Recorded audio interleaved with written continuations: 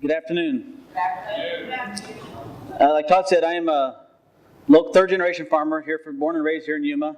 Our farm headquarters is down here in the valley, just below the college here, and our grain company is on Arizona Avenue in town. We buy and sell products internationally and domestic. And I thank you for the opportunity to visit here with you this afternoon. I am here today as a Yuma business person. I am not only involved with agriculture, but other enterprises. But before we get to that, I am first a local citizen. I am involved with the civic, political, and religious life of this community and of this state. As a citizen, I am unhappy with the emotion, rhetoric, and language we use in many venues on immigration. Just like elections matter, words matter, and the words we have chosen are not the words of my principles or beliefs. Since colonial times, Americans have managed to scapegoat their issues and ills on whatever immigrant group was handy. Along the way, we have managed to impugn those ethnic, racial, and religious groups in their immigrant status. Our practice has developed into a finely honed art. It's time we threw this art out with the trash. Author Lena Newton, in her book, Illegal, Alien, or Immigrant, argues that the narrative that has been laid out against our neighbors to the south is so harsh and multi-layered, it has been made almost impossible to have rational debate. She does not take a side, but only points out the issues. What passes for fact as to immigration is mostly myth. I appreciate the freedom of the internet to allow so many voices, but many of these voices are ruled by rumors and legends. Don't let them rule your life. I applaud this conference in the effort to at least change the tone or otherwise pump the volume down.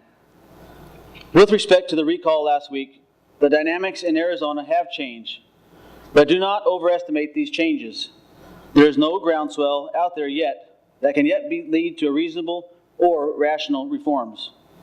We are a long way from that.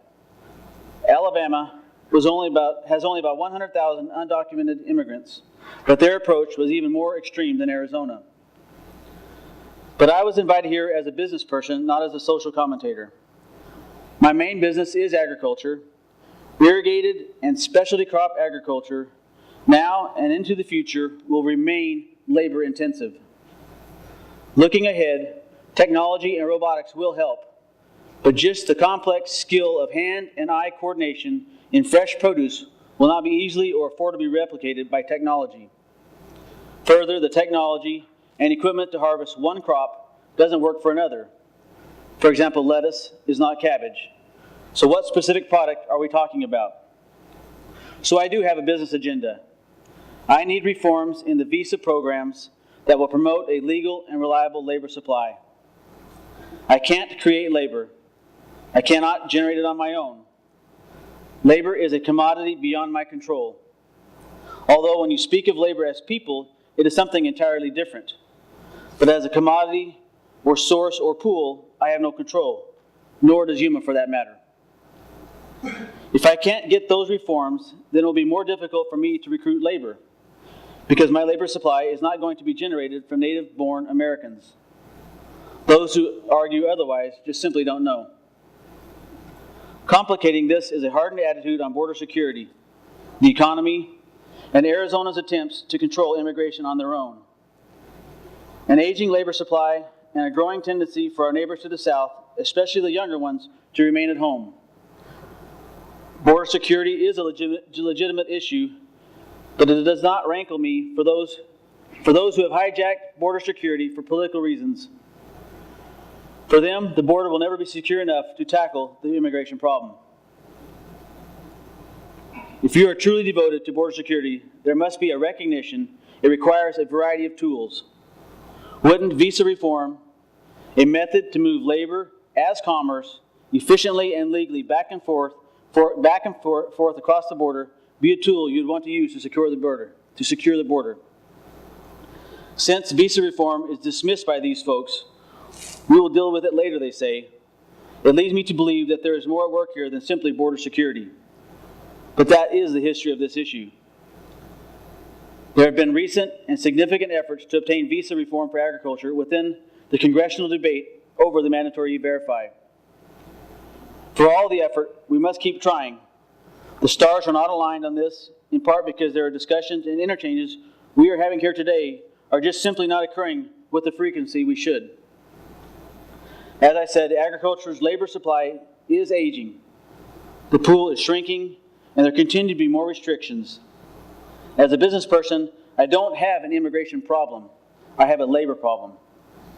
Yuma's agricultural diversity is vast, and it creates huge economic infrastructure for this area.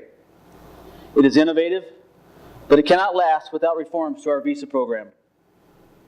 We need efficient methods to move labor back and forth across the border, and we need visas for more permanent workers. We also need to begin thinking as to where our labor will be sourced in the future. 10 years ago, we said it will not always be Mexico. And there are indications that this will be proven true. There are a variety of forces at work that are measurably slowing the flow of folks north. Regardless of the source, the method for me to obtain labor on a visa is painfully bureaucratic, slow, inconsistent, and not timely. It simply just doesn't work. The last thing I will say might sound a little strange for an agricultural businessman, but it involves education. For an area that relies heavily on immigration, we need to continue to pay attention to our local education. It's not just a matter of matching education and training to skills required. We must communicate across mixed cultures and language, and our schools at all levels play a role. You know, good and factual communication and understanding is sorely lacking on this whole issue of immigration. Let's ensure we are doing our individual parts. Thanks for having me today, and thanks for listening.